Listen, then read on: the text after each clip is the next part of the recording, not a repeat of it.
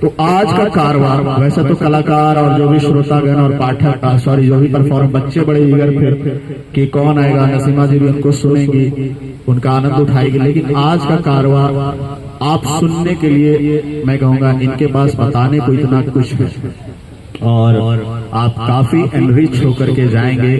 तो मैं गुजारिश करूंगा, मैं रिक्वेस्ट करूंगा कि जहां तक मेरी आवाज जा पा रही हो, आप अगर हैं पार्क के इर्द गिर्द तो प्लीज आइए। जो हस्ती आज हमारे बीच में है वो सेलिब्रिटी से कहीं ज्यादा, जो आप सोशल मीडिया पे आप देखते आते हो, जिन सेलिब्रिटीज का हम नाम लेते हैं या उनके कामों की चर्चा होती है, उससे मुझे ऐतराज नहीं है। लेकिन ये वो लोग हैं जो समाज के उस हिस्से में जा करके काम कर रहे हैं, उस हिस्से के लिए काम कर रहे हैं जिसके बारे में बात करने से भी कोई कतराता है, वहां जाने से हिचकिचाता है। कई चीजें हैं अब तक जो पर्दे के पीछे रही हैं, ये उन सब चीजों को पर्दे के सामने लाने का काम कर रही हैं।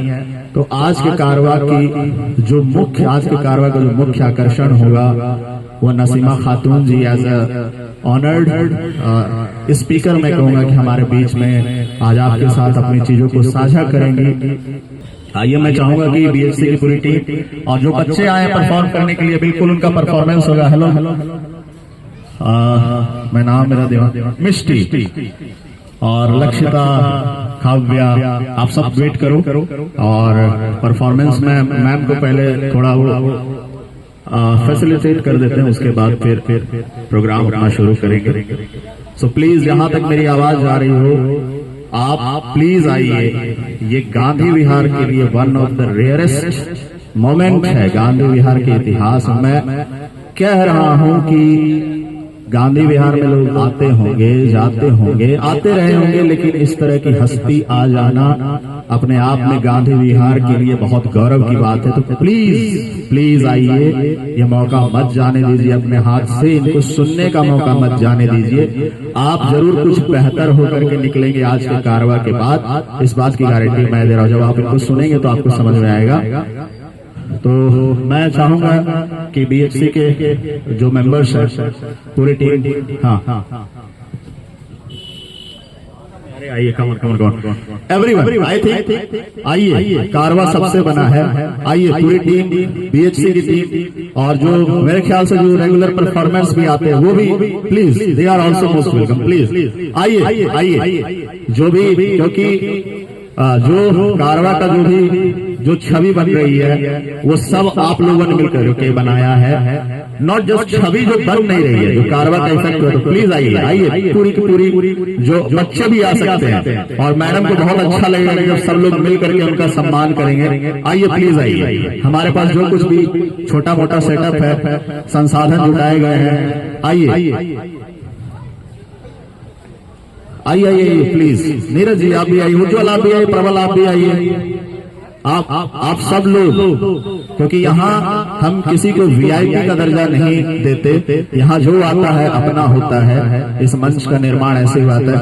मैम को लेकर के आइए प्लीज, जाइए कुछ मेंबर्स, अनुराग और प्रतीक जाइए, आप मैम को लेकर के आइए please. Ma'am Naseema Khatoon, founder of परचम, human right activist, founder of Jugnu magazine, और उन्होंने जिस तबके के लिए काम किया है उस तबके के बारे में बात करने की हिम्मत बहुत लोग नहीं जुटा पाते।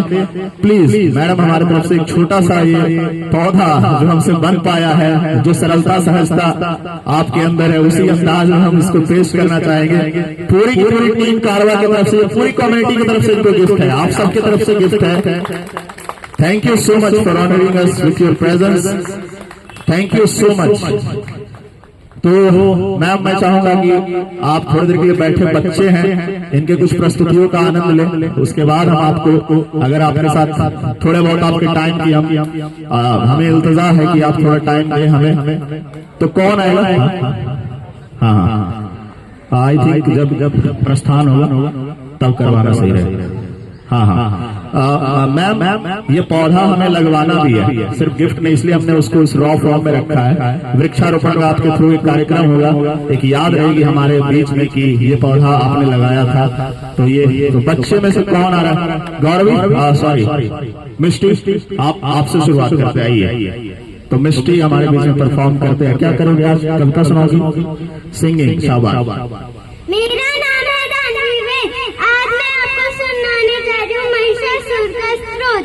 ऐंगिनी नंदिनी नंदितमे देवी विश्वविनोदिनी नंदनुते गिरिवलवंद्य शिरोदिनी वासिनी विष्णुनुदासिनी विष्णुनुते भगवती हे शिवी कंड कुटुंबिनी भूरि कुटुंबिनी भूरि चित्रे जया जया हे महिषासुरमर्दि रंग्यकपर्दिनि शैलसुते सुरवरवर्षिणि दुर्मुखवदेवी दुर्मुखवदे जया जया हे महिषासुरमर्दिनि रंग्यकपर्दिनि शैलसुते। Thank you.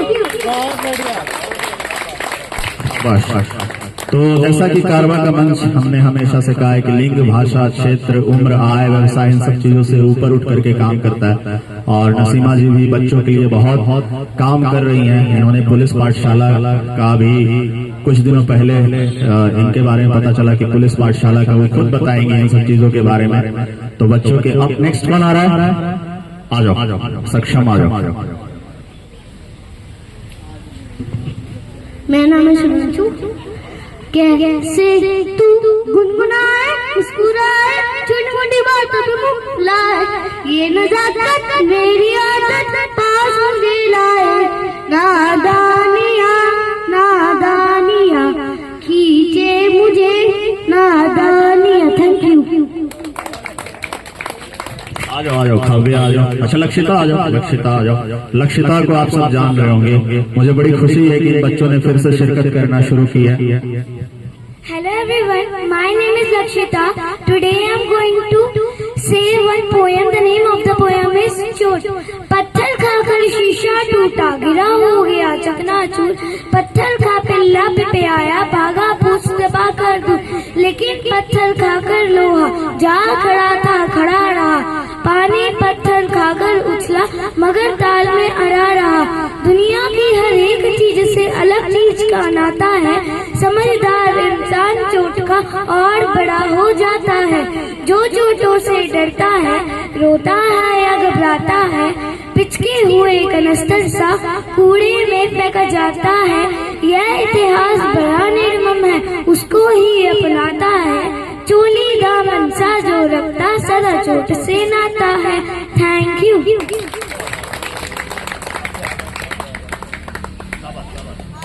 Thank you Lakshita, thank you. Good morning everyone, my name is Kavya. Today I am going to topic is बारिश का मौसम। बारिश का मौसम था, दिन बड़ा मौसम था। साथ आकर पे भूल गया जोरदार फिर बारिश हुई।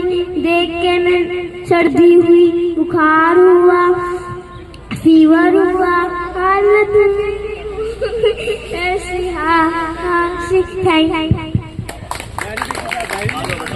आप आ जाओ, अपना नाम बता देना। Good morning everyone, my name is Pradanda. आज मैं एक स्टोरी सुनाने जा रही हूँ। तो एक टाउन होता है, वहाँ का एक किंग होता है। उसको एक अपना बेटा चाहिए होता है।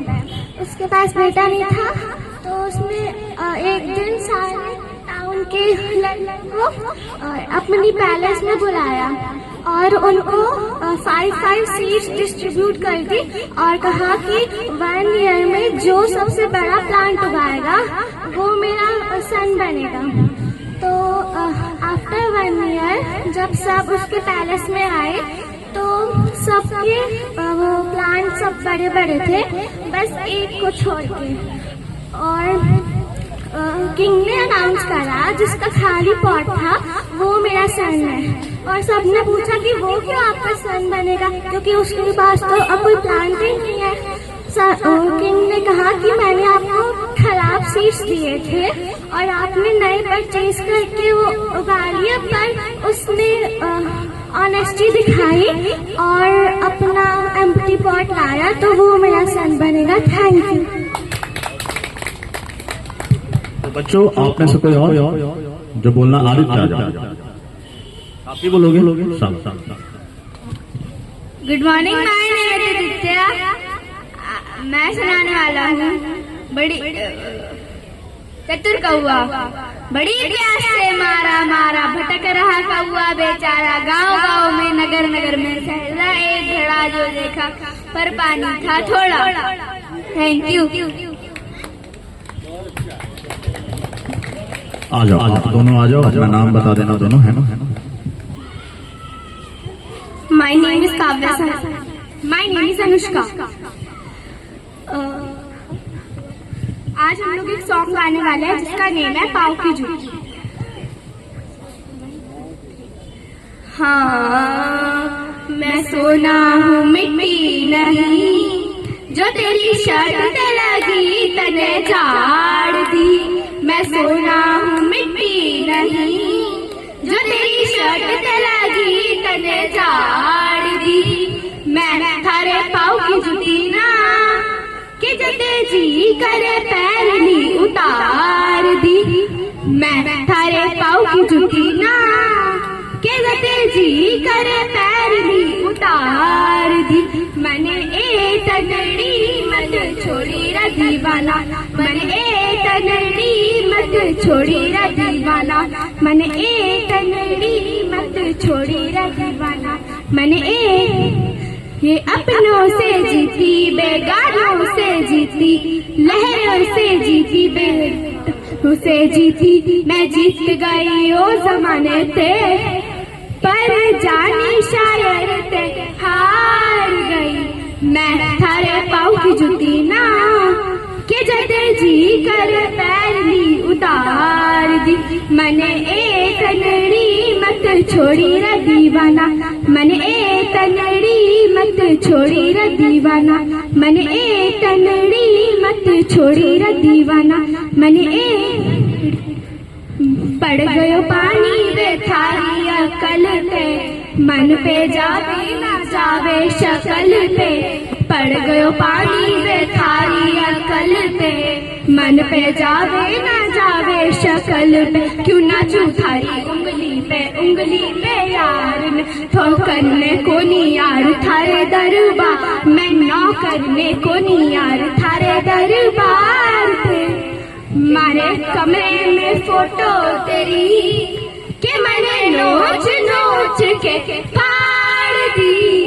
मैं थारे पाँव की जूती ना, के जदे जी करे पैर ली उतार दी। थारा पैसा थारी दौलत थारी गाड़ी, थारा नाम थारा बंगला थारा गाँव तुम्ही राखो रे। थारी रात थारी शाम थारा नशा थारा जा, थारे लोग थारा गाँव तुम्ही राखो रे। Thank you.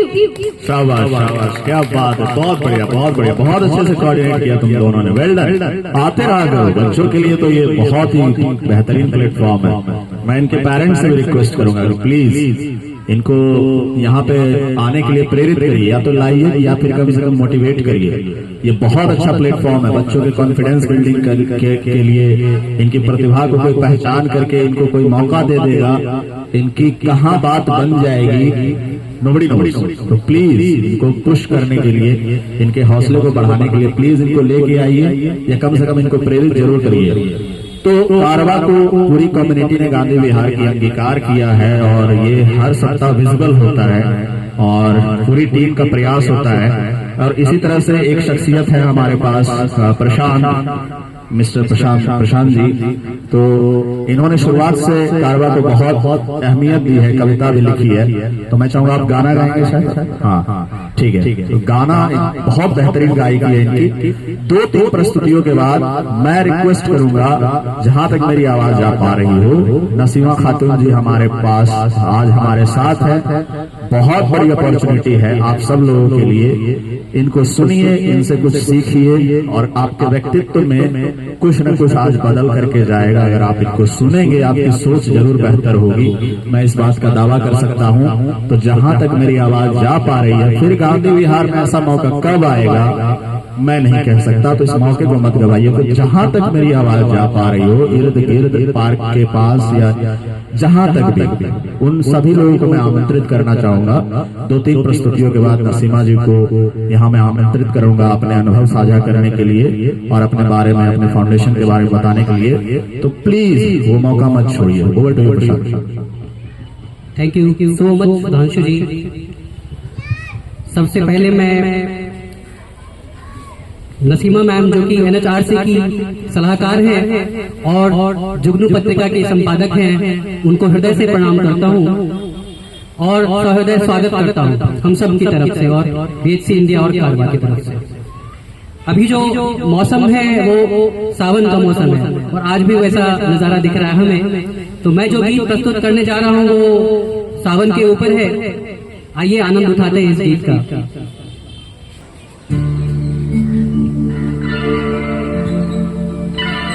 रफी साहब ने इस गीत को गाया है, आप लोग आनंद उठाइए।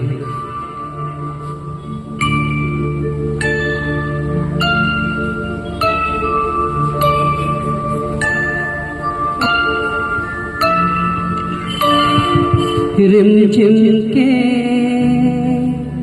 गीत सावन गाए, हाय भीगी भीगी रातों में। रिमझिम के गीत सावन गाए, हाय भीगी भीगी रातों में। होठों पे बात दिल की आए, हाय भीगी भीगी रातों में।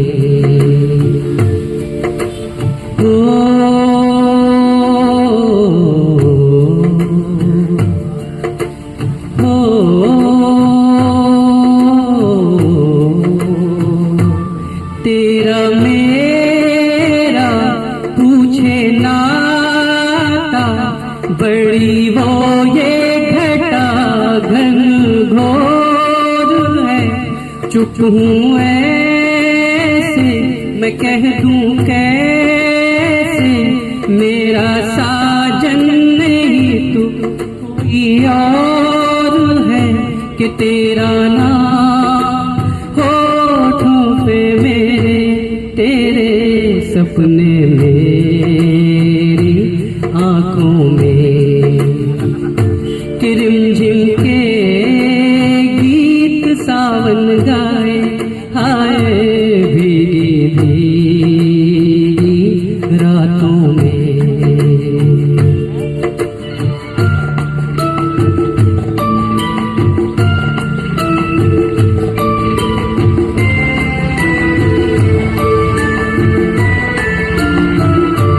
मेरा दिल भी है दीवाना, तेरे नैना भी है नादान से। कुछ ना सोचा कुछ ना देखा, कुछ भी पूछा ना एक अनजान से। चल पड़े साथ हम कैसे, ऐसे बन के राही राहों में। कि रिमझिम के गीत सावन गाए, हाय भीगी भीगी रातों में।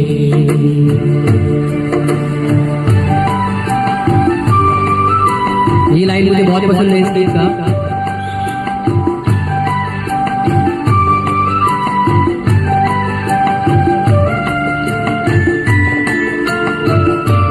बड़ी लंबी जी की बातें, बड़ी छोटी ये बरखा की रात जी। कहना क्या है सुनना क्या कहने सुनने की अब क्या बात है, बिन कहे बिन सुने दिल ने दिल से कर ली बातें बातों में। कि रिमझिम के गीत सावन गाए, हाय भीगी भीगी रातों में। रिमझिम के गीत सावन गाए, हाय भीगी भीगी रातों में।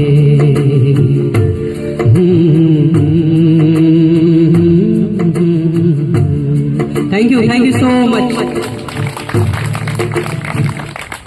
बहुत अच्छा प्रशांत जी, क्या बात है। सावन में आपने सावन का गाना गाया और बहुत बेहतरीन। मतलब प्रशांत जी के खजाने में एक से एक नगीने भरे पड़े हुए हैं। आ जाओ बेटा, आ जाओ, गाओ जो गाना है आपको गाई। अपना नाम बता दीजिएगा। परनीत सिंह।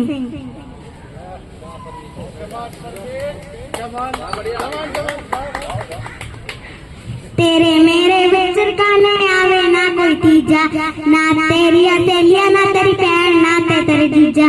तेरे भाई नू कर ले पासे पुट्ठा सीधा बोल दू, जे तू नच्ची ना मेरे ना गोरिए नी लेंगे ते शराब डोल दू। जे तू नच्ची ना मेरे ना गोरिए नी लेंगे ते शराब डोल दू। जे तू नच्ची ना रे ना गोरिए नी लेंगे ते शराब डोल दू। Thank you. शाबाश, क्या बात है। आते हैं ना आप।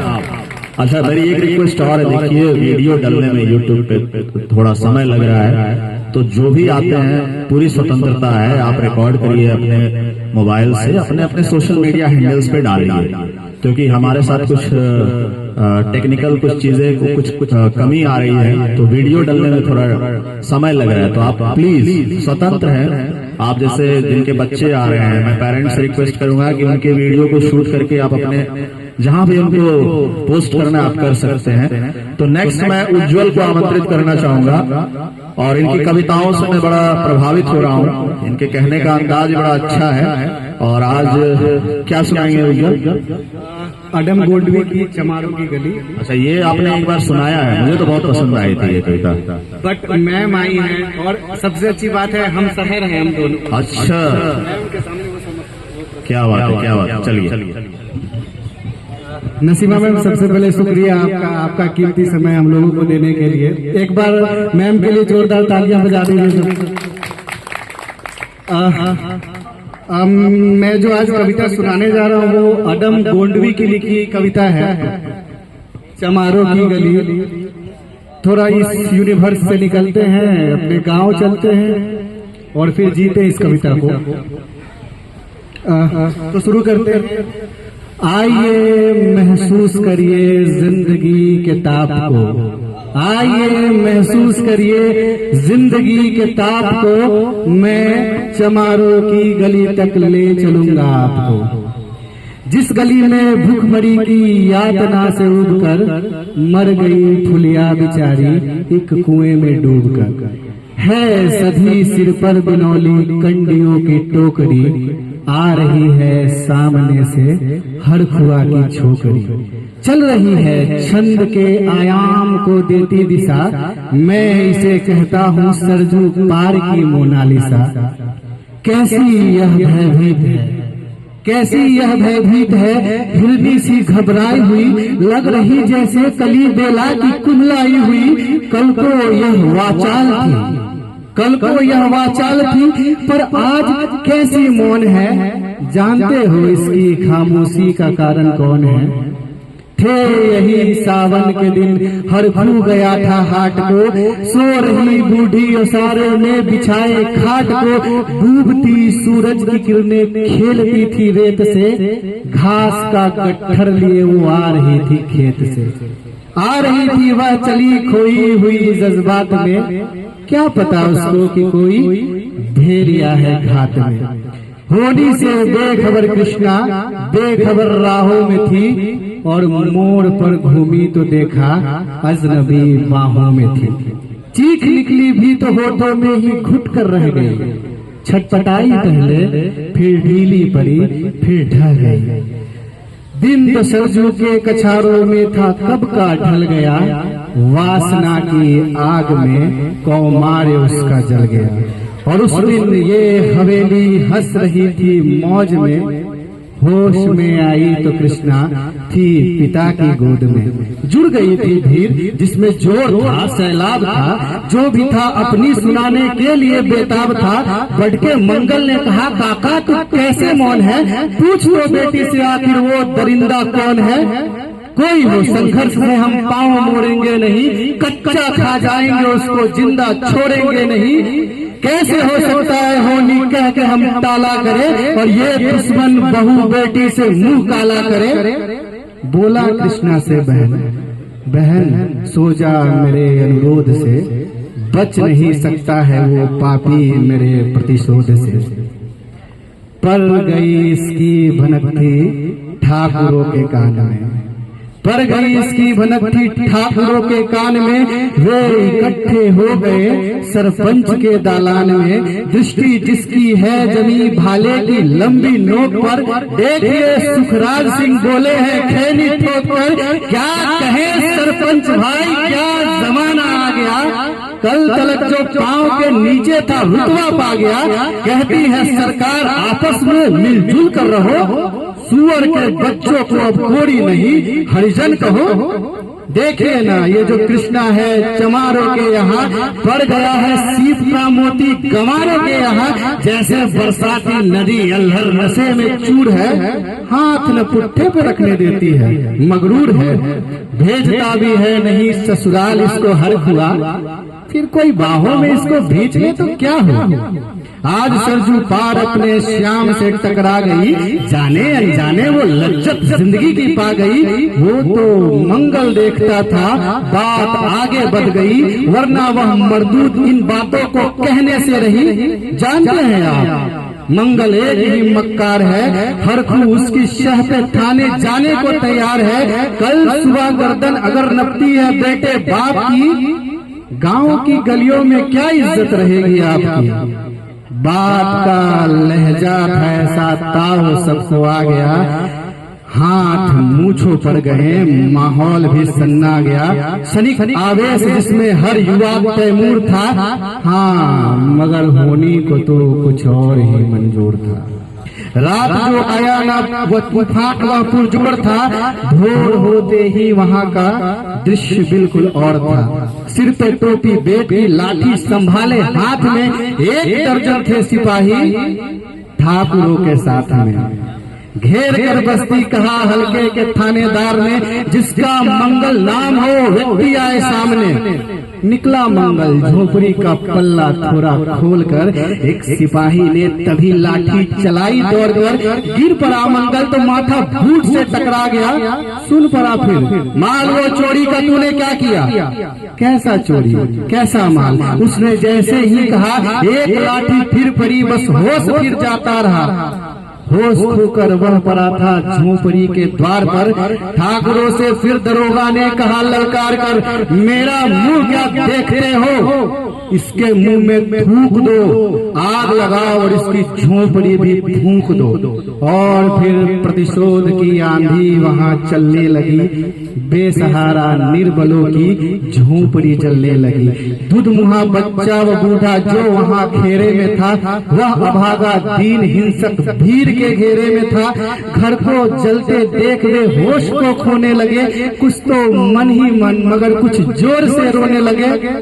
कह दो इन कुत्तों को पिल्लों से कि इतराए नहीं, हुक्म जब तक मैं न दूं कोई कहीं जाए नहीं। यह दरोगा जी थे मुंह से शब्द झड़ते फूल से, आ रहे थे ठेलते लोगों को अपनी रूल से। फिर दहाड़े इनको डंडों से सुधारा जाएगा, ठाकुरों से जो भी टकराएगा मारा जाएगा। एक सिपाही ने कहा साइकिल किधर को मोड़ दे, होश में आया नहीं, कहो तो छोड़ दो। बोला थानेदार मुर्गे की तरह मत बांग दो, होश में आया नहीं तो लाठियों पर टांग दो। ये समझते हैं ठाकुर से उलझना कोई खेल है, ऐसे पाजी का ठिकाना घर नहीं है जेल है। पूछते रहते हैं मुझसे लोग अक्सर यह सवाल, कैसा है कहिए न सरजू पार के कृष्णा का हाल। उनकी उत्सुकता को सहरी नग्नता के ज्वार को, सर रहे जनतंत्र के मक्कार पैरोकार को, धर्म संस्कृति और नैतिकता के ठेकेदार को, प्रांत के मंत्री गणों को, केंद्र की सरकार को मैं निमंत्रण दे रहा हूँ, आए मेरे गांव में, तट पे नदियों की घनी अमराइयों की छांव में, गांव जिसमें आज पांचाली उघाड़ी जा रही या हिंसा की जहां पर नथ उतारी जा रही है, तरसते कितने ही मंगल लंगोटी के लिए, बेचती है जिस्म कितनी कृष्णा रोटी के लिए। धन्यवाद। क्या बात है Ujjwal, thank you thank you thank you. और मुझे पर्सनली उज्जवल की एक जब ये कविता पढ़ते हैं तो मुझे बहुत पसंद आती है। उज्जवल के मुंह से मैं चाहे कितनी बार भी सुन लो ये कविता तो मुझे अच्छी लगेगी। और अदम गुंडवी के बारे में मैं ये स्वीकार करना चाहूंगा कि अदम गुंडवी के बारे में मुझे नहीं पता था। उज्जवल ने जब ये कविता पढ़ी थी तब मैंने जाके अदम गुंडवी के बारे में सर्च किया था। तो इसलिए मैं कहता हूँ कि कारवा का मंच प्लीज आप आइए, जानने के लिए आइए, समझने के लिए आइए। मैं एक्सेप्ट कर रहा हूँ कि कारवा के मंच से मुझे कई चीजें जानने समझने का मौका मिला है, कई लेखकों के बारे में जानने का मौका मिला है, कई लोगों को जानने के बारे में हमें अवसर मिला कि मैं कई लोगों से रूबरू हो सकूं। और आज आपके बीच में एक ऐसी शख्सियत बैठी हुई है जिससे जब आप रूबरू हो रहे हैं वो जब अपना बताएंगे, वैसे मोबाइल आज सभी के हाथों में है, आप नसीमा खातून नाम से सर्च कर लीजिएगा। आपने इनने कितना सिग्निफिकेंट काम किया है सोसाइटी में, कितना प्रासंगिक काम किया है इन्होंने, आप सबको जानकारी मिल जाएगी। तो मैं कह रहा हूँ ये मौका मैं फिर से ये रिपीट करूंगा कि जहां तक मेरी आवाज जा रही है, प्लीज गांधी विहार में फिर ऐसा मौका कब आएगा मैं नहीं कह सकता। इनको जरूर सुनिए, इनको जरूर समझने की कोशिश करिए। ये आपके व्यक्तित्व में, आपके चरित्र में कुछ न कुछ आज जरूर इजाफा करेगा जब आप इनसे मिलेंगे, इनको सुनेंगे, इनको समझेंगे। तो नेक्स्ट में राघवेंद्र आइए। राघवेंद्र भी बहुत बेहतरीन कविताएं करते आ रहे हैं, नए लोग और जो पुराने लोग आ रहे हैं वो भी, और काफी अब इनके अंदाज में भी काफी बुलंद आवाज में ये कविता कहते हैं। चलिए राघवेंद्र। आप सभी को नमस्कार। हमारे बीच आप उपस्थित हैं, आपको बहुत बहुत आपका स्वागत करते हैं हम सभी। आप सभी युवा साथियों को बहुत बहुत जो है मेरा नमस्कार। आज गुरु पूर्णिमा के शुभ अवसर पे आप सभी को शुभकामनाएं देना चाहता हूं। आज का दिन हमारे सांस्कृतिक दृष्टिकोण से बेहद ही बेहतरीन, बेहद ही सुंदर, बेहद ही अच्छा दिन है। आज के दिन हम विशेष करके गुरुओं को अपने भाव समर्पित करते हैं, उनकी वंदना करते हैं।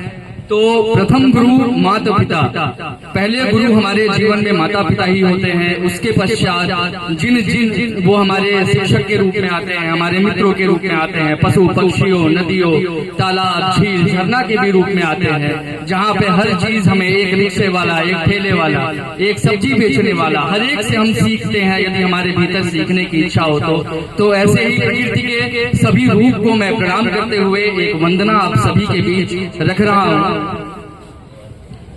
गुरु गोविंद दो खड़े काको लागे पार, बलिहारी गुरु आपने गोविंद दियो बता।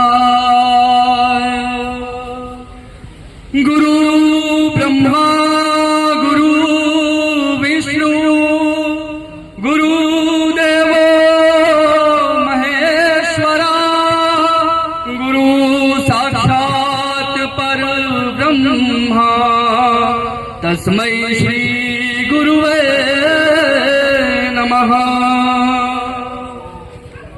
चाहिए आशीष माधव नम्र गुरुवर प्रार्थना, चाहिए आशीष माधव नम्र गुरुवर प्रार्थना। देव इंगित पर तुम्हारे ध्येय पथ पर बढ़ रहे हैं, आपसे ज्योतित अनेकों दीप राष्ट्र जीवन का गहनतम शीघ्र ही मिटकर रहेगा। मातृ मंदिर में विभूषित दिव्य तव आराधना चाहिए। आशीष माधव नम्र गुरुवर प्रार्थना। संकटों से पूर्ण पथ पर पुण्य स्मृति तव मार्गदर्शक। फूल होंगे शूल सारे, मित्र होंगे सब विरोधक। फूल होंगे शूल सारे, मित्र होंगे सब विरोधक। दीजिए वह शक्ति ऋषिवर, बढ़ सके पथ पर निरंतर। कर सके साकार गुरुवर, आपकी हम कल्पना चाहिए। आशीष माधव नम्र गुरुवर प्रार्थना। शत्रु को भी जीतता था आपका चारित्र्य उज्ज्वल। शत्रु को भी जीतता था आपका चारित्र्य उज्ज्वल। निंदकों पर मात करता आपका व्यवहार निर्मल। निंदकों पर मात करता आपका व्यवहार निर्मल। मातृभू की वेदना जो आपके उर में बसी थी, पा सके अल्पांश भी तो पूर्ण होगी साधना चाहिए। आशीष माधव नम्र गुरुवर प्रार्थना। पूज के शव के भगीरथ साथ लाए संघ धारा। इष्ट तुमको मान हमने, इष्ट उनको मान तुमने। भाग्य भारत का सवारा, लक्ष्य की द्रुत पूर्ति हो हम मांगते आशीष तुमसे।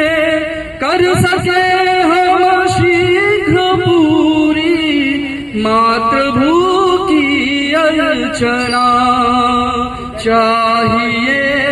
आशीष माधव नम्र गुरुवर प्रार्थना चाहिए। आशीष माधव नम्र गुरुवर प्रार्थना। नम्र गुरुवर प्रार्थना।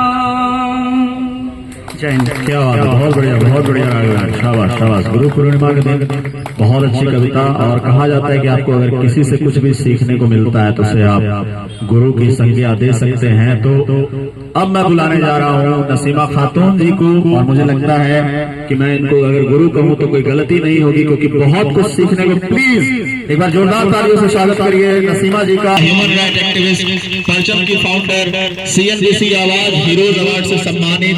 और मैं कहता हूँ कि जो भी काम ये कर रही हैं आप इनसे सुनिएगा तो आप आज कुछ बेहतर होकर के जरूर जाइएगा। तो नसीमा जी लीजिए, आपके मंच आपका है। मुझे उम्मीद है कि आज आपके व्यक्तित्व से बहुत लोग यहाँ प्रेरित होकर के जाएंगे। थैंक यू सो मच आपके कारवा की टीम के और आप सभी को। अभी तक तो सुधांशु जी बार बार बोल रहे थे मेरी आवाज जहाँ तक जा रही है आप आ जाइए। आपको मेरी आवाज अगर सुनाई दे रही है तो आप आ जाइए। और अभी जो मैं आपके सामने बार बार नसीमा खातून की बात हो रही थी वो मैं ही हूँ। तो थोड़ा सा समय लेंगे और बहुत ही जरूरी बात है जिस पे कभी बात नहीं होती, उस बात को हम करने आए हैं। शायद वो आपके सब्जेक्ट में भी नहीं होगा, शायद आप उसको दिल बहलाने के लिए कभी देखे होंगे यूट्यूब वगैरह पे, लेकिन उस पे बात करना हर किसी के लिए बहुत चुनौतीपूर्ण है। और ज्यादातर यहाँ पे जो मौजूद है वो सब युवा साथी हैं, सब पढ़ाई कर रहे हैं ना। सब लोग कहीं दूर दूर से आके अपने घर परिवार को छोड़ के यहाँ अपने लगे हुए हैं। और कारवा की टीम का ये एक जो बहुत ही खूबसूरत प्रयास है, ये बहुत ही बढ़िया है, क्योंकि आजकल दुनिया सिमट सी गई है। वो पहले एक स्लोगन था ना, कर लो दुनिया मुट्ठी में। ये मुट्ठी में करने के चक्कर में क्या है कि हम अपने घर में ही एक दूसरे से दूर हो गए और सब लोग मोबाइल पे लग गए, तो हमें पता ही नहीं चल रहा है कि हमारे बगल में क्या घट रहा है। जो भी जानना है गूगल बाबा है, अपने बाबा से नहीं पूछना है, क्योंकि आज के डेट में गूगल बाबा बहुत महत्वपूर्ण है। अभी जैसे सुधांशु जी ने कहा ना, आप सबके पास फोन है, नसीमा खातून को सर्च करिए, बल्कि मैं प्रत्यक्ष यहाँ बैठी हुई हूँ तो प्रमाण देना पड़ रहा है। खैर, मेरे जो एक पहचान है, जनरली लोग अपनी पहचान को लेकर बहुत स्ट्रगल करते हैं। पढ़ाई करते हैं तो कोई आईपीएस बनना चाहता है, कोई आईएएस बनना चाहता है, कोई पोस्टमैन बनना चाहता है, तो कोई डॉक्टर बनना चाहता है, वकील बनना चाहता है, लेकिन कोई बेटा या बेटी नहीं बनना चाहता। ये चैलेंज है। अब आप कहेंगे कैसे? क्योंकि अगर मामूली से एक परिवार जो बहुत निम्न तबके से आता है, मान लीजिए उसके पिताजी कहीं सफाई कर्मी हो, आपको मेरी आवाज सुनाई दे रही है ना, तो थोड़ी देर ध्यान मेरी तरफ दे दीजिए, क्योंकि देखिए आप लोग की इतनी आंखें हैं, मेरी 2 आंखें हैं, तो पर्याप्त है आप लोग को देखने के लिए। तो जो सफाई कर्मी के बच्चे हैं, या मान लीजिए आपके पिता कहीं छोटे से नौकरी कर रहे हैं, अब उनका क्या पर्सनल ईगो क्या होता है कि जब हम हाई प्रोफाइल सोसाइटी में जाते हैं, उनके पिताजी आईपीएस हैं और वो हमारा दोस्त बन जाता है, तो हमारा ईगो क्लैश होता है, अरे यार उसका पिता तो आईपीएस है यार, हमारा बाप तो कुछ नहीं किया जीवन में। और ये सोच के हम गिल्ट में अपने आइडेंटिफिकेशन से हमेशा कंप्रोमाइज करते हैं और हमेशा छुपाते हैं। और इस छुपाने के चक्कर में आज के डेट में इतनी ज्यादा क्राइम हो रही है, साइबर क्राइम बढ़ गए हैं, इतने ज्यादा लोगों को चैलेंजेस फेस करने पड़े, खासकर लड़कियों को। और लड़के जो टीनेज के हैं वो, क्योंकि सोशल मीडिया का जमाना है। अभी आप लोग कितने लोग मेरा वीडियो बनाएंगे, कहाँ कहाँ डालेंगे, मुझे भी नहीं मालूम, लेकिन मैं बस एक ही रिक्वेस्ट करूंगी कि जो भी आप जहां भी डाल रहे हैं वहां संवेदनशीलता को जरूर ध्यान रखें, है ना, क्योंकि इससे आपके भी अस्तित्व का सवाल है। तो आप कुछ भी अभी डाल देंगे तो आपका भी कोई चरित्र निर्माण तो होगा नहीं, लोग सोचेंगे अरे यार ऐसे फालतू लोग में ये काउंट हो जाएंगे।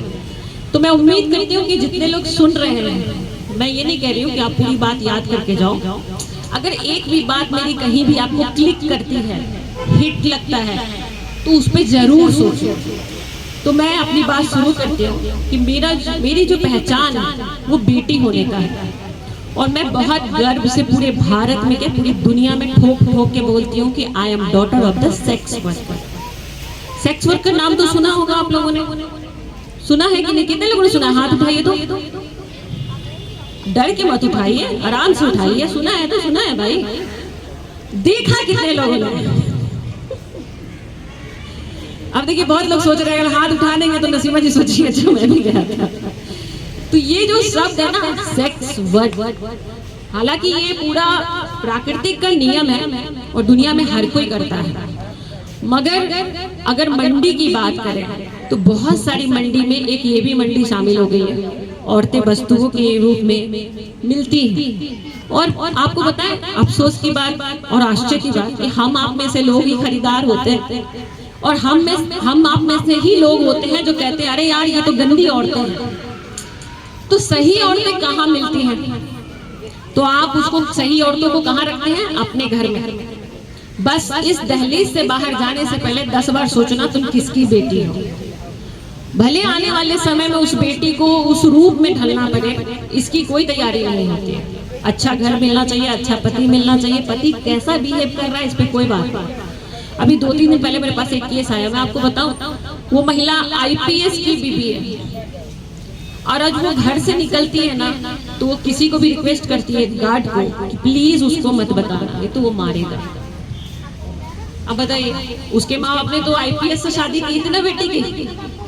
मेरी बेटी की शादी आईपीएस, मैं नहीं कह रही हूँ कि सभी आईपीएस ऐसे होते हैं, लेकिन मैं एक कहानी बता रही हूँ, घटना बता रही हूँ, क्योंकि इंसान की सोच कहीं भी, चाहे वो किसी भी ओहदे पे चला जाए, अगर संकीर्ण मानसिकता का व्यक्ति है ना, तो वो पोस्ट नहीं बदल सकता। पोस्ट भले संभाल लेगा लेकिन उसकी सोच नहीं बदलेगा। तो वो बेटी किसकी होगी? हम आप में से किसी की तो होगी ना। तो ये जो सवाल है ये पूरे सोसाइटी के लिए, सिर्फ नसीमा के लिए नहीं है। लेकिन मेरे लिए तो सवाल ये था कि मैं कौन हूँ और मैं कैसे लोगों को बताऊं कि मैं हूँ कौन। क्योंकि जहाँ सेक्स वर्कर बोलने पे ही आपत्ति है, जहाँ उस पे बात करने की ही इजाजत नहीं है, तो उनके बच्चों के बारे में कौन बात करेगा। अब भारत में आपको बताऊं कि 2004 में महिला बाल कल्याण मंत्रालय ने एक डेटा पेश किया भारत सरकार को कि पूरे भारत में 28,45,000 कुछ समथिंग 2004 में सेक्स वर्कर है। तो सोचो अगर 2004 के ही आंकड़े को लेके चले तो 28 लाख महिलाएं हैं, तो बच्चे भी होंगे ना। और बच्चे होंगे तो सिर्फ लड़कियां होंगी क्या? लड़के भी होंगे। लेकिन आप न्यूज उठा के देख लीजिए गूगल बाबा की मदद से, आपको इस मुद्दे पे बात करने के लिए जितने भी मीडिया चैनल ने लिखा है वो सिर्फ महिलाओं के ऊपर, लड़के बच्चे कहीं भी नहीं है, सिर्फ बच्चियां हैं। और फिर लोग कहते हैं कि यार इस इलाके में लड़कियां क्यों आती हैं। अभी वो मेरा इंटरव्यू ले रहे थे तो वो मुझसे पूछ रहे थे, अभी मैंने एक पोयम, जब हमने जुगनू बनाया था तो एक कविता लिखी थी। बहुत लोग सवाल पूछते हैं यार महिलाएं इतना सारा काम कर रही है, इतने सारे फील्ड में जा रही है, फिर सेक्स वर्क में क्यों आती है। तो मुझे भी लगा यार सच बात तो है, दुनिया में बाकी महिलाएं भी अलग अलग आयाम से जुड़ के अपना जीवन चला रही है ना, तो देह व्यापार करने की क्या आवश्यकता है। तो मैंने जब रिसर्च किया अपने पूरे इलाके में अलग अलग जगह पे देखा तो पता है मुझे 4-5 बातें समझ में आई। फिर वो जो पोयम है मेरा, उसका टाइटल है मतलब नहीं। मतलब नहीं मतलब आप जो ये सवाल पूछ रहे हैं कि क्यों आती हैं नई लड़कियां इस इलाके में देह व्यापार में, तो ये सवाल का कोई मतलब नहीं है। अब क्यों मतलब नहीं? अब देखिए आप न्यूज में देखेंगे तो जितना भी रेड होता है उस इलाके में, चाहे जीबी रेड हो दिल्ली का, या मुंबई का कमाटीपुरा हो, या कलकत्ता का सोनागाछी हो, या बिहार का चतुर्भुज स्थान हो, कहीं का भी, तो वहां से ज्यादातर पुलिस किसको बरामद करती है? लड़कियों को ना। 10 लड़कियां वहां से बरामद की गई, उनको घर भेजा गया। 50 लड़की वहां से निकाली गई, उनको घर भेजा गया। नई लड़कियां। और जब पुलिस लड़कियों को निकालती है तो एनजीओ भी आता है, वो किसके लिए काम करता है? नई लड़कियां। क्योंकि जो लड़कियां निकलेंगी उनको रिहैबिलिटेट कौन करेगा? एनजीओ। अब मीडिया कवरेज किसको करेगी? मीडिया भी किसका खबर बनाएगी? उन नई लड़कियों का। और उस इलाके में जो आने वाले कस्टमर हैं वो किसको मांगते हैं? वो भी मांगते हैं नई लड़कियां। अब ये बताइए जब सब जगह से डिमांड है नई लड़कियां, तो इस प्रोफेशन में भला क्यों ना है नई लड़कियां? आएगी ना, क्योंकि हम अपना ट्रेड नहीं बदलेंगे, हम उनका ट्रेड बदलने की बात करेंगे जिनके पास कोई ऑप्शन नहीं है। हालांकि भारत है, भारत में सीता को भी अग्नि परीक्षा देनी पड़ी थी। क्योंकि मैं सीता जी के गांव से हूँ, सीतामढ़ी, जहाँ से वो धरती से निकली थी, तो थोड़ा सा सीता जी का नाम ले ही लेती हूँ क्योंकि बहन लगती है मेरी। तो जब भारत की बात करते हैं और सीता की बात करते हैं तो महिलाओं को अग्नि परीक्षा देना जन्मजात है, क्योंकि हमारी देवी ने दिया तो हमें भी देना है। तो जहाँ महिलाओं को हर कदम पे अग्नि परीक्षा देने पड़ रही हो, वैसे में महिलाओं को खुद को चरित्रवान साबित करना कितना चुनौती है बताइए आज के डेट में। तो आज जितनी भी बच्चियां हैं, जितनी भी लड़कियां हैं, पढ़ाई के लिए अकेले रह रही हैं, उनको स्ट्रगल करना पड़ता होगा अपने इलाके में। अब उनके पापा उनको खर्च भेजते होंगे तो कहते होंगे इतना पैसा क्यों, उसकी बेटी तो कम के पैसे में चल जाती है, वो तो वहाँ बाहर जाती है, बड़े कीमती फोन रखती है, कहाँ से लाती है। मतलब ये नहीं दिख रहा कि वो अकेले सरवाइव कर रही है वहाँ पे, कैसे खाती होगी, कैसे लोगों का सामना करती होगी, ये कोई नहीं बात करता। उसके चरित्र पे उंगली उठाता है। अच्छा वहां गई है तो छोटे कपड़े पहनने लगी। अब जो इतने सारे समाज में बातें हैं ना, सब तरह से चौ चौ चौ चौ हो रहे हैं, उसको झेलना और उसको काटना एक चुनौती है। तो अब सोचिए कि एक आम लड़की के लिए इतना चैलेंज है जिंदगी को सरवाइव करना, तो उस पेशा में आने के बाद लड़कियों की, महिलाओं की हालत क्या होती है। अगर इत्तेफाक मान लीजिए कि वो 28, मैंने बोला ना 28 लाख महिलाएं आ जाए सामने और बोले कि साहब ठीक है, चले हम आपकी बात माने, हम गंदे काम नहीं करेंगे, अब हमें काम दो। क्या भारत सरकार के पास कोई काम है? बोलिए, कोई काम है? हाँ, एजुकेटेड लोगों के लिए नहीं, बेरोजगारी के लिए तो बहुत। तो बताइए, अब मैंने NHRC की एडवाइजरी मेंबर बनने के बाद उनको वहाँ पे काफी सारे ऑर्गेनाइजेशन थे जो बोले कि हम ट्रैफिकिंग पे इतना काम करें। मैंने उनको सामने से कहा, एक भी नसीमा मेरे बगल में खड़ा कर दो जिसको आपने करोड़ों फंड खर्च करके उसको वेश्यावृत्ति से निकाल लिया हो। मैं तो उनकी बेटी हूँ ना, आप तो उनको निकाल रहे हो। तो एक भी लड़की मेरे सामने खड़ा कर दो जिसको आपने बदल दिया है। आपको पता उनके पास कोई जवाब नहीं, और कोई सवाल भी नहीं पूछता इस पे कि जिन लड़कियों को आपने निकाला, उनको उनके घर भेजा, वो लड़कियां आज के डेट में क्या कर रही हैं बताओ भाई। कभी किसी ने सवाल उठाया? नहीं उठाया। हम तो भारत में अपने बजट में भी सवाल नहीं उठाते, तो वो सेक्स वर्कर पे क्या सवाल उठाएंगे। हम अपने युवा बेरोजगार पे भी सवाल नहीं उठाते, तो उस पे क्या उठाएंगे। तो बहुत जटिलता है, और ये जटिलता क्यों है पता है बेटा? एक बार चुप हो जाओ प्लीज। हेलो, देखो मैं तुमसे बात कर, दिल से एक बार चुप हो जाओ। कि भारत में इतनी जटिलता है, उस जटिलता के बीच में इस मुद्दे पे बात करना बहुत टफ है। तो इस पूरे जटिलता के बीच में ये नींव रखना मेरे लिए बहुत चुनौती है। अब आप सोचिए ना, ये ग्राउंड है, ये कोई ऐसा जगह नहीं है जहां मैं आपको कहूं कि आप कौन है, क्यों सुन रहे हैं मुझे, और मैं पब्लिकली आके बोल रही हूँ कि I am daughter of the sex worker, मैं धंधे वाली की बेटी हूँ। तो इसमें मेरी क्या गलती है? अगर 2 बात भगवान बोलते कि मांगो वरदान में 2 बात, मरना और जीना कैसे चाहते हो, तो हर कोई पहले से रजिस्ट्रेशन कराता कि साहब मैं तो अंबानी के घर में पैदा होना चाहता, नहीं? और मरने वाले हमेशा सोचते कि यार मेरी मौत ऐसे देना कि मुझे पता ही ना चले, अब मैं बहुत अच्छे से मरूं, तकलीफ ना हो। लेकिन ये 2 पावर किसी के पास नहीं है। तो जब ये पावर किसी के पास नहीं है तो मेरे पास कहाँ से होगी? तो इसका मतलब क्या मैं जीना छोड़ दूं?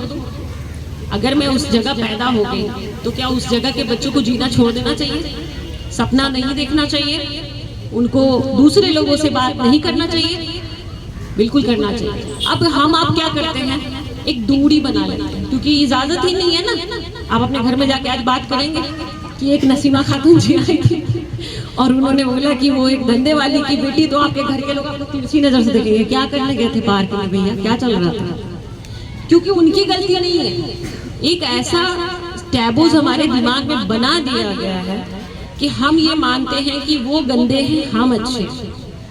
और ये डायनामिक हर जगह काम करती है। हमें अपने आप को अच्छा दिखाने के लिए हमेशा अपने नजर में एक व्यक्ति को गंदा और छोटा देखना पड़ता है।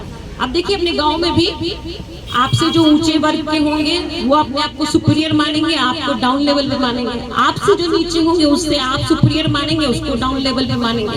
तो ये डायनामिक है, ये सब जगह काम करती है।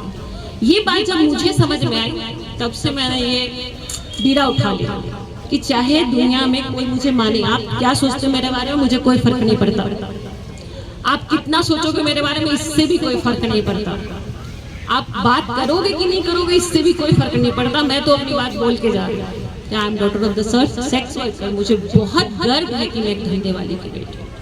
मुझे उस माँ पे बहुत गर्व है, क्योंकि अगर आज वो ये मुझे जन्म नहीं दी होती, उस इलाके में रख के मुझे ये नहीं समझाया होता, शायद आप लोग इतने लिटरेचर, इतने सारे बुक्स पढ़ रहे होंगे जिसमें बहुत सारे बजट, दुनिया, पूरा सांसद और क्या क्या क्या क्या बातें होंगी, विज्ञान की बातें होंगी। वो बातें मुझे मेरी दादी ने उस गलियों में सिखाई, जबकि वो पढ़ी लिखी नहीं, अनपढ़ महिला है, क्योंकि उन्होंने जिंदगी की किताब पढ़ी है और उन्होंने मुझे हर एक बात, पुलिस कैसे अत्याचार करती है, कैसे क्या होता है, वो सब कुछ दिखाया, मतलब प्रत्यक्ष। जनरली पुलिस से तो हर कोई डरता है, आप लोग भी डरते हैं ना। अभी अगर पुलिस की गाड़ी आ जाए और 2 पुलिस वाले डंडा लेके दौड़ जाए, हम लोग ये नहीं पूछेंगे भैया दौड़ क्यों रहे, भाग, जबकि यहाँ कोई क्राइम नहीं हो रहा है। तो ये डर हर जगह है। और हम जहाँ पैदा हुए वहाँ तो ऐसा है कि अगर एक गाड़ी भी आके लग जाए, भले उसमें पुलिस हो या ना हो, पूरा गांव खाली हो जाता है, पूरा बस्ती खाली हो जाता है, कौन आया वो नहीं पूछेंगे। तो मुझे लगा कि जब मैं गलत नहीं हूँ, मेरी गलती इतनी है कि मैं यहाँ जन्म ली, तो मैं भागू क्यों? मैं नहीं भागू। तो चाहे वहाँ कमिश्नर आए, चाहे वहाँ मुख्यमंत्री आए, चाहे वहाँ कोई भी आए, यहाँ तक कि क्रिमिनल आए, मैं सामने से बात करती थी। क्या बात है बताइए भैया। अब आप गंदगी ढूंढने आए हो तो नाला बह रहा है, वहाँ देख लो, कचरा बाहर पड़ा है, वहाँ देख लो। गंदगी कहाँ होती है? ऐसी जगह होती है ना। तो आपके मन के कोने में कहीं नाला बह रहा है तो उसको चेक कर लो, गंदगी आपको मिल जाएगी। लेकिन हर घर में गंदगी है ऐसा सोचना सही है क्या? आप जिस गांव, जिस शहर में रहते हैं, वहाँ आसपास कुछ क्रिमिनल टाइप के भी लोग रहे होंगे, 2-4 मर्डर करके भी आए होंगे, क्या उनको समाज से बाहर कर दिया जाता है? किया जाता है उनको समाज से बाहर? नहीं ना, बल्कि वो छूट के आते हैं और राजा बाबू की तरह रहते हैं। अब उन महिलाओं को बताइए जो अपने दरवाजे पे खड़ा होकर देह व्यापार कर रही है, उनको आप समाज से कलंकित बता रहे हैं। क्या किया उन्होंने आपका? किसी का कुछ किया? नहीं किया। लोग उनके पास जाते हैं।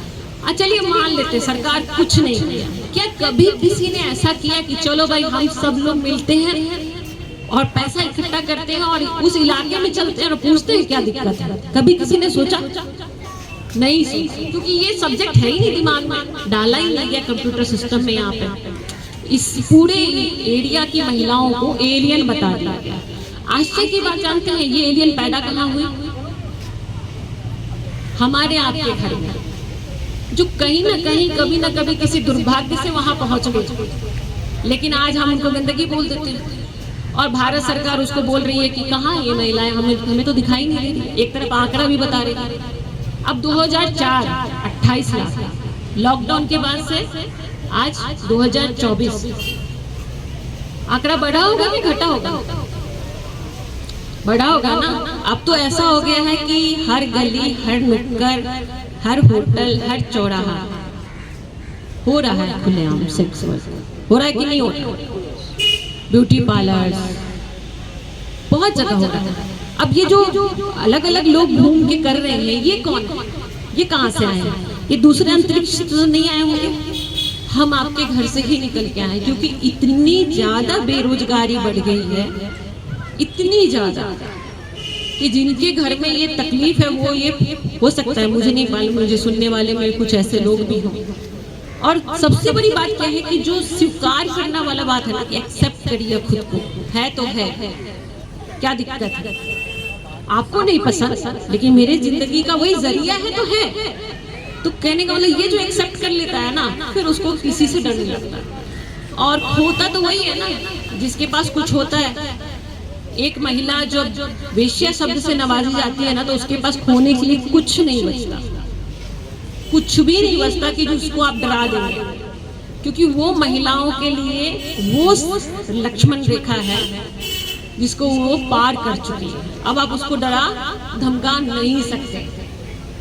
तो अब बताइए, जिसके पास खोने के लिए नहीं, उसको आप मार पीट के क्या करेंगे? ज्यादा से ज्यादा आप वहाँ से, अरे यहाँ पे बस्ती बस गई तो वो इलाका है उसको उजाड़ दो, ये महिलाओं को हटा दो, बाकी महिलाओं का इज्जत जा रहा है, ऐसा कह के आपने हटा दिया।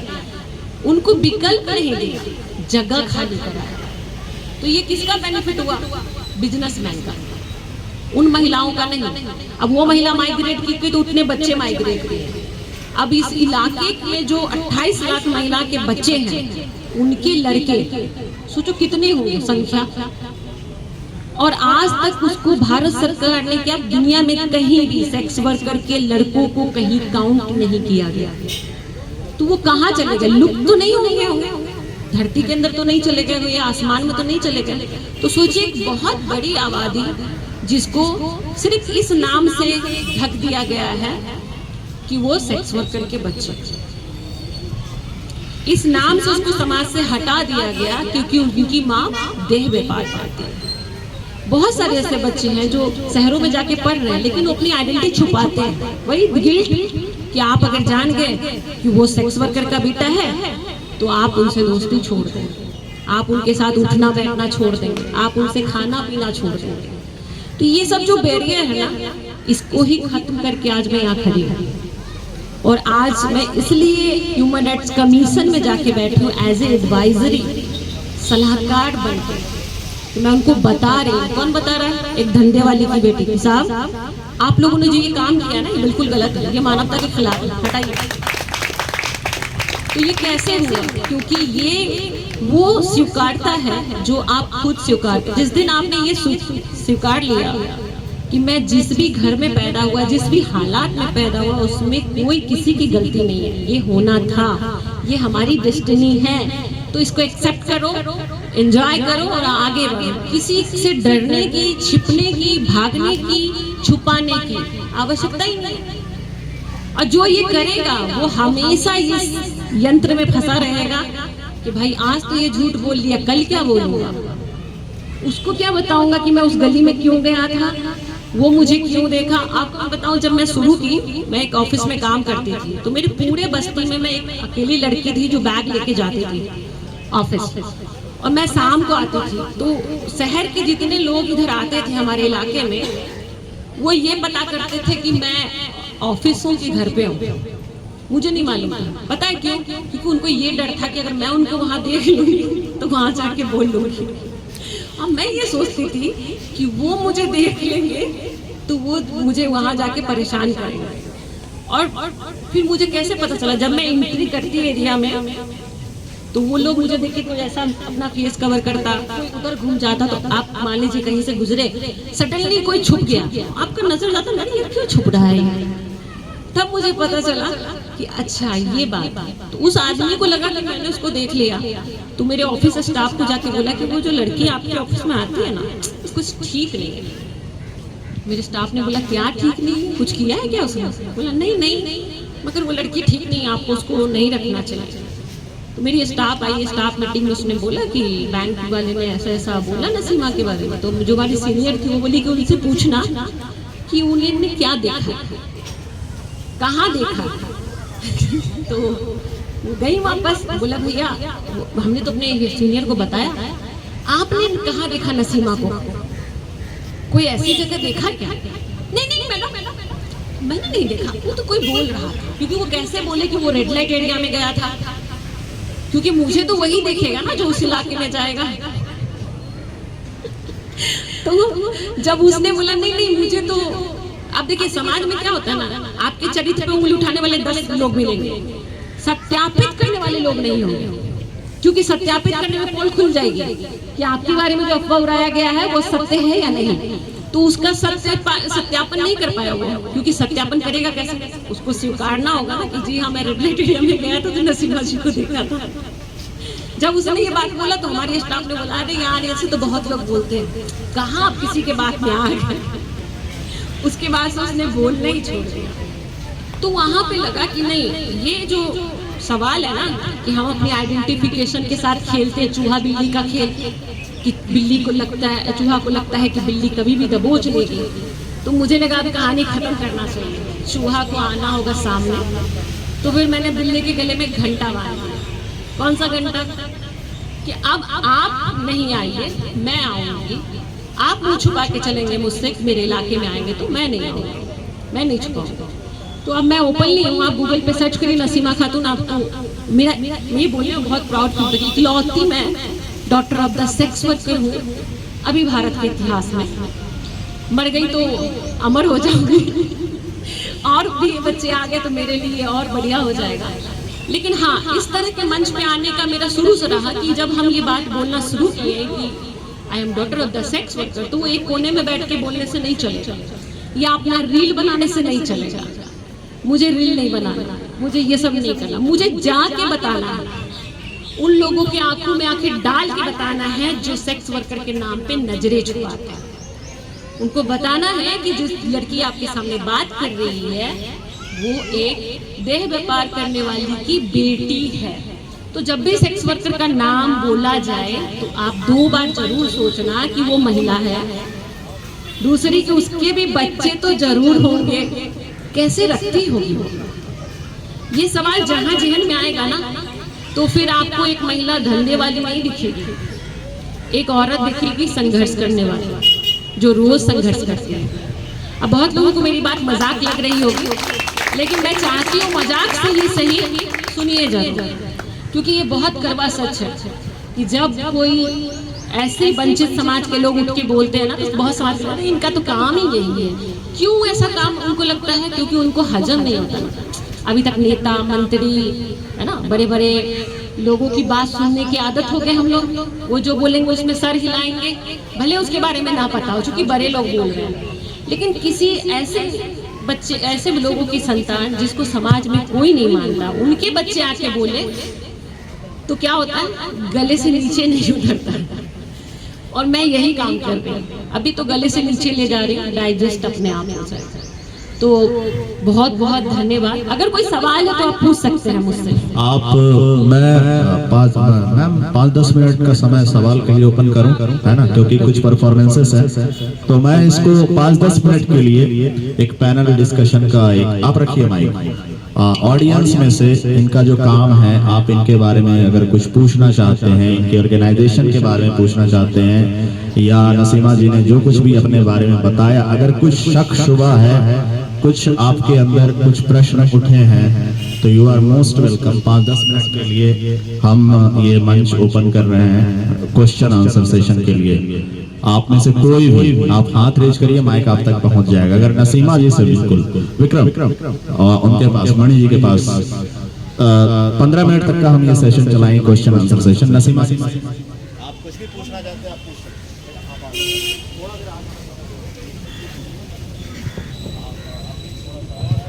मैम आप इस प्रॉब्लम का सोल्यूशन क्या देखते हैं? सोल्यूशन क्या हो सकता है इस चीज़ का? क्या पूछ रहे हैं? फिर से बोलिए। आप अभी जिस प्रॉब्लम के बारे में बात कर रही थी, इस प्रॉब्लम का सोल्यूशन क्या देखती है? मतलब कौन सी प्रॉब्लम? मतलब आपको लगता है लोग जा रहे हैं या फिर नहीं जाना चाहिए रेड लाइट एरिया में? रेड लाइट एरिया में मैंने किस तरह से उनको बसाया जाए ताकि वो मेन स्ट्रीम में आ पाए, इस तरह की प्रॉब्लम खत्म हो पाए? देखिए, मेन स्ट्रीमिंग के चक्कर में ही उस इलाके को उजाड़ दिया जाता है ना, और मेन स्ट्रीम के चक्कर में ही वहाँ पे नाकाबंदी कर दी जाती है। जैसे अभी नागपुर में एक इलाका है गंगा जमुना, अगर आप महाराष्ट्र से हैं तो आप कोई भी साथी तो आप सर्च करिएगा, Ganga Jamuna red light area का नाम है, काफी फेमस इलाका है।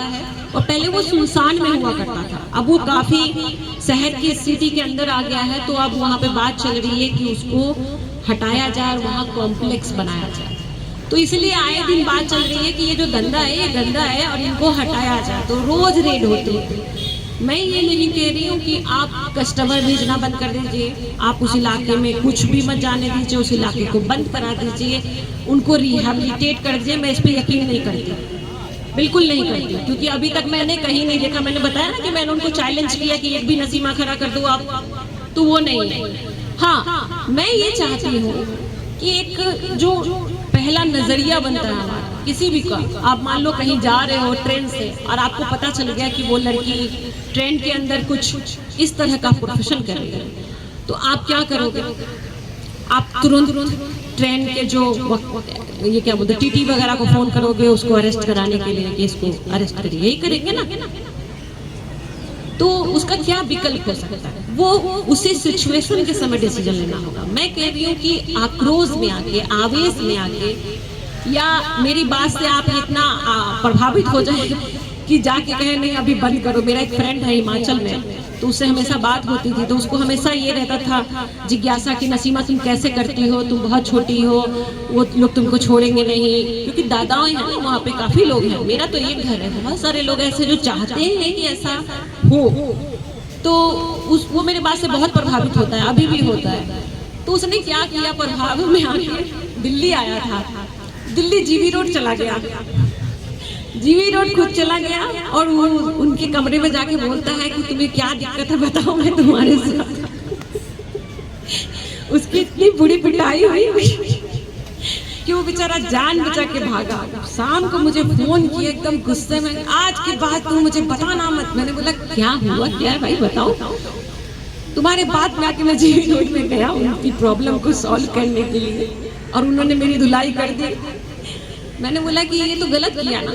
मैं क्या कह रही हूँ कि अचानक मान लो आप किसी भी परिस्थिति में हो, मजबूरी में हो अपने गांव में, और आप मुझे नहीं जानते, आप मैं अचानक से जाऊं आपके पास, बोलूं कि भाई आपकी ये प्रॉब्लम है, मैं खत्म कर दूंगी, आप बताइए क्या प्रॉब्लम है, आप क्या मान जाओगे? क्या पूछोगे? मैडम आपका क्या फायदा है? आप मुझे ऊपर से भले मैं आपका फायदा नहीं है, लेकिन फिर भी आप मुझ पे शक करोगे। सिंपल लॉजिक वहां भी है ना, क्योंकि हम ये नहीं सोचते कि वो जो महिला है वो भी तो इंसान है, वो भी तो वहां से निकल के आई है, बंद हो गई। हेलो, हाँ, वो भी कहीं से निकल के आई है। तो अगर करना क्या है? करना ये है कि अगर आप भविष्य में किसी भी पोस्ट पे जाते हैं पढ़ लिख कर, तो आप जिस भी फील्ड में, जिस भी स्टेट में हो, वहाँ पता करें। अगर इस तरह का इलाका है तो आप पहले रीड करें। जैसे अभी हमारे यहाँ एक आईपीएस आई थी 2004-2 में, जिसके बाद मैंने ये मुहिम शुरू किया। और अभी एक आईपीएस आए हैं, और वो हमारे शहर में 2 महीना पहले आए थे पहले। तो उन्होंने मुझे गूगल पे सर्च किया तो मेरा नाम आया, तो वो बोले भाई शहर में अगर ये महिला है तो मिलना चाहिए। तो वो मुझसे मिलने आए, मेरे घर आए। तो मैंने उनको बताया कि मैं अपने छोटे से कमरे में इस इलाके के बच्चों के साथ कुछ एक्टिविटी करती हूँ, तो आपके पास तो गवर्नमेंट की प्रॉपर्टी है, पुलिस का चौकी है, आप हमें दे दीजिए। मतलब मेरे नाम मत लिखिए, एक्टिविटी करने के लिए दे दीजिए। आपने कभी सुना कि पुलिस वाले पढ़ाते हैं? कभी सुना पुलिस वाले कभी पढ़ाते हैं बच्चों को? सुना क्या कभी कि पुलिस वाले भी बच्चों को पढ़ाते हैं टीचर की तरह? सुना है कभी? वो तो हमने वहां पे पुलिस चौकी में 2023 की 13 तारीख, दिवाली के दूसरे दिन, उस चौकी के अंदर एक पुलिस पाठशाला का निर्माण किया। आप गूगल पे सर्च करेंगे तो आपको मिल जाएगा, और नहीं तो कारवा की टीम आपको दे देगी, इन्होंने वीडियो बनाया उसका। तो पुलिस पाठशाला अब पुलिस वाले चलाते हैं। उस इलाके में जो बच्चे रेड होता था और बच्चे भाग जाते थे। अब मान लो कि जैसे 9th का एग्जाम देना है, वो बच्ची अपनी पहचान छुपा के पढ़ाई कर रही है, वो बच्चा पहचान छुपा के पढ़ाई कर रहा है, और सडनली रेड हो गया, उसके घर के सारे लोग अरेस्ट हो गए। अब वो पढ़ाई एग्जाम दे पाएगा? एग्जाम नहीं दे पाएगा। जब एग्जाम नहीं दे पाएगा तो 1 साल बर्बाद। अब उसके पीछे की कहानी क्या है कि घर के सब लोग अरेस्ट है, तो उसको छुड़ाना है। 1 लाख 1.5 लाख जो भी पैसा लगे, वो 6 महीना में छूटेंगे, साल भर में छूटेंगे।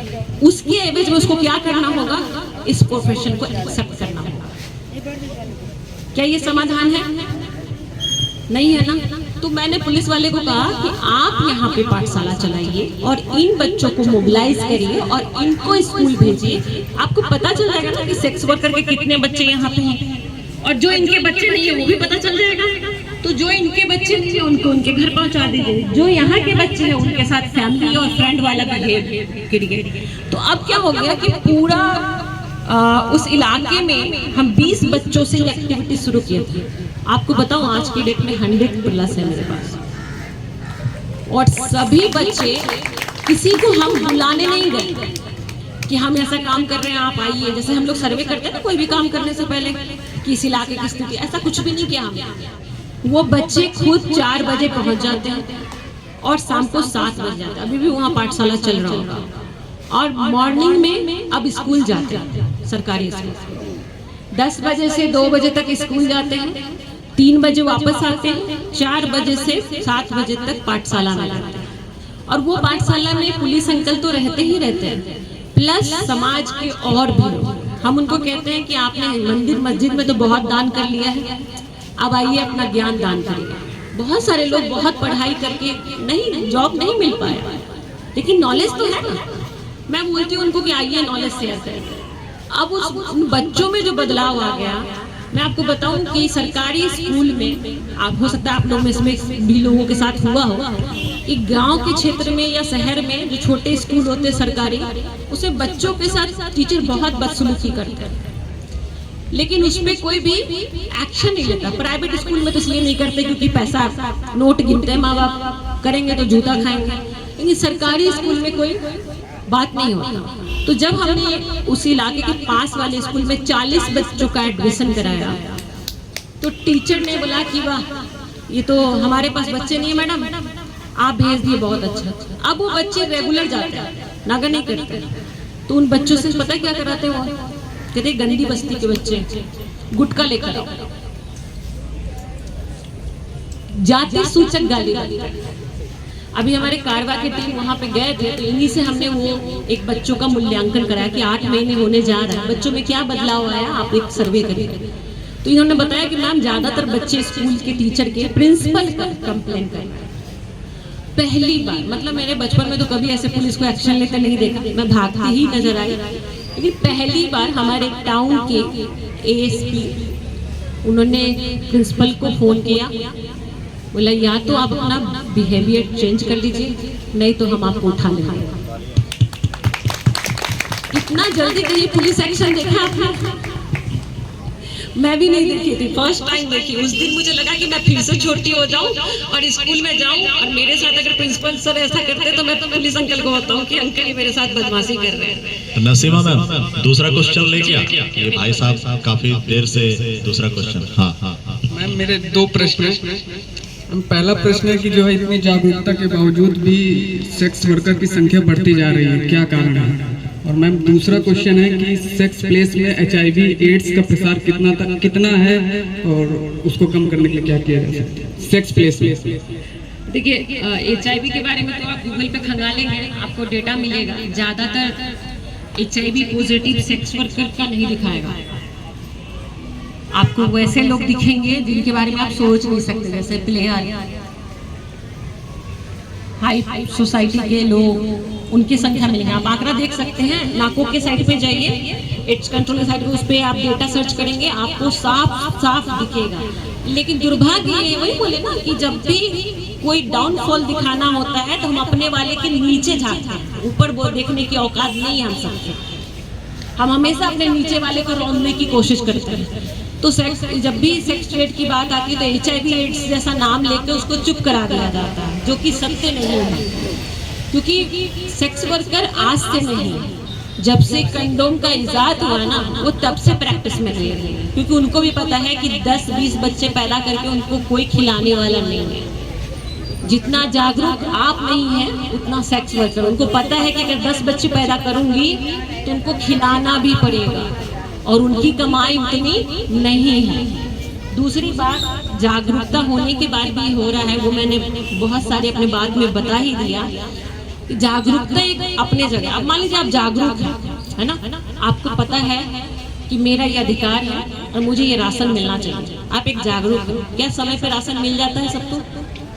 गांव में, शहर में जन वितरण प्रणाली का दुकान होता है ना, मिल जाता है क्या समय पे?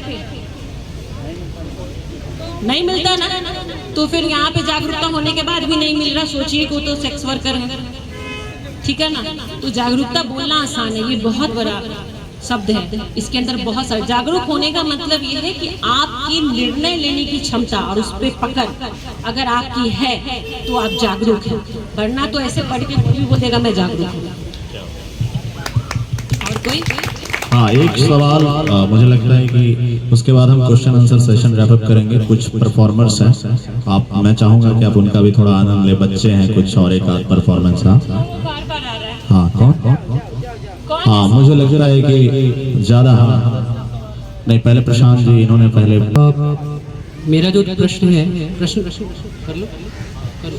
मेरा जो प्रश्न है मैम वो ये है कि पहला प्रश्न है कि ये जो कार्य है बहुत साहस का कार्य है, और आपके अंदर जो इसका साहस आया उसकी प्रेरणा क्या थी?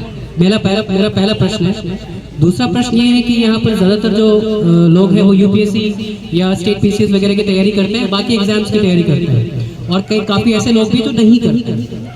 तो गांधी जी ने कहा है कि be the change what you want to see in the world. तो हम लोगों को क्या करना चाहिए इस चीज़ के लिए?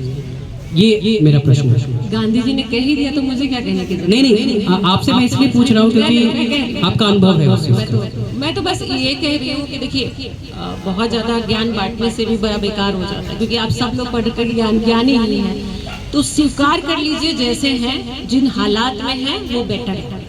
जिस दिन आपने युवाओं, क्योंकि मैं पढ़ाई को लेकर बहुत सारा न्यूज़ देख रही हूँ, NHRC में भी बहुत डिस्कस होता है, बहुत सारे युवा सुसाइड कर रहे हैं, बहुत सारे परिवार में झगड़ा कर रहे हैं, परिवार का कोई ना कोई सुसाइड कर ले रहा है, क्योंकि हम इतना पढ़ने के बाद भी कुछ अचीव नहीं करते हैं तो ताना सुनते हैं, क्या कर लिया फलनमा का बेटा, गया तो था दिल्ली पढ़ने, क्या ले लिया, सुनते हैं ना, माँ बाप को सुनना पड़ता है। तो इन सब बातों में मत पड़िए। हमारे बिहार में कहावत कहते हैं, हाथी चले बाजार कुत्ता भौंके हजार। तो बस अपने मिशन की तरफ देखिए, इधर उधर मत देखिए। दूसरा, मेरी साहस की बात अगर आप करें तो मेरी प्रेरणा कोई व्यक्ति विशेष नहीं है। मेरे जीवन में जो जितने सारे बचपन से लेकर अब तक के सवाल हैं, ऐसा क्यों, वो मेरी सबसे बड़ी क्या बोले पॉजिटिव थॉट्स है जो मुझे आगे बढ़ाती है। Thank you so much. Question मैं एक दो क्वेश्चन के लिए और क्वेश्चन नहीं, एक मिनट पहले किधर से हाथ आया था? हाँ भाई साहब, हाँ एक दो क्वेश्चन हम और लेंगे, इसके बाद प्रबल आपका क्वेश्चन। इनको कर लेने दो, फिर आपका परफॉर्मेंस होगा। हेलो मैम, क्वेश्चन पूछिए। मैम ये मेरा सवाल था कि जैसे ये जो रूट कॉज है इसका, जो सेक्स वर्कर के साथ फील हो रहा है समाज में, उसको जड़ से ख़त्म करने का उपाय क्या होगा? ये तो टेम्परेरी है, अगर वो बढ़ता रहेगा तो ये ऐसे भी बढ़ता रहेगा, तो इसका रूट कैसे खत्म किया जाएगा? देखिए, ये सबसे बड़ा चैलेंज है कि बहुत सारे जो समाज में काम हो रहा है वो इसी पे ज़्यादा फोकस है कि नई लड़कियां ना आए, है ना। सब लोग यही कोशिश करते हैं कि हम नए को आने ही मिलेंगे तो ये होगा ही नहीं, लेकिन हम ये भूल जाते हैं कि जो आ चुके हैं उनका, तो जैसे मैंने अभी बताया 28 लाख, है ना, तो ये जो 28 लाख महिलाएं हैं, मैंने कल NHRC वाले को ही बोला कि क्या आप ये बता दीजिए कि वो जो महिला आ चुकी हैं यहाँ उस सेक्स वर्क में हो चुकी हैं, अब एज हो चुका है, उनको क्या मार देना चाहिए? क्या उनका कोई ह्यूमन राइट्स नहीं है? क्या उनको भूख नहीं लगता? उनको खाना खाने की जरूरत नहीं है? दवा लेने की जरूरत नहीं है? तो ये 28 लाख महिलाओं के लिए अगर आप नहीं सोच सकते तो आने वाले को भी नहीं रोक सकते हैं क्या? अब मान लीजिए कि आप किसी एक घर के इकलौते बेटे हैं और आपने अपने घर को कमा के देना बंद कर दिया, तो माँ बाप क्या विकल्प चुनेंगे? क्या चुनेंगे?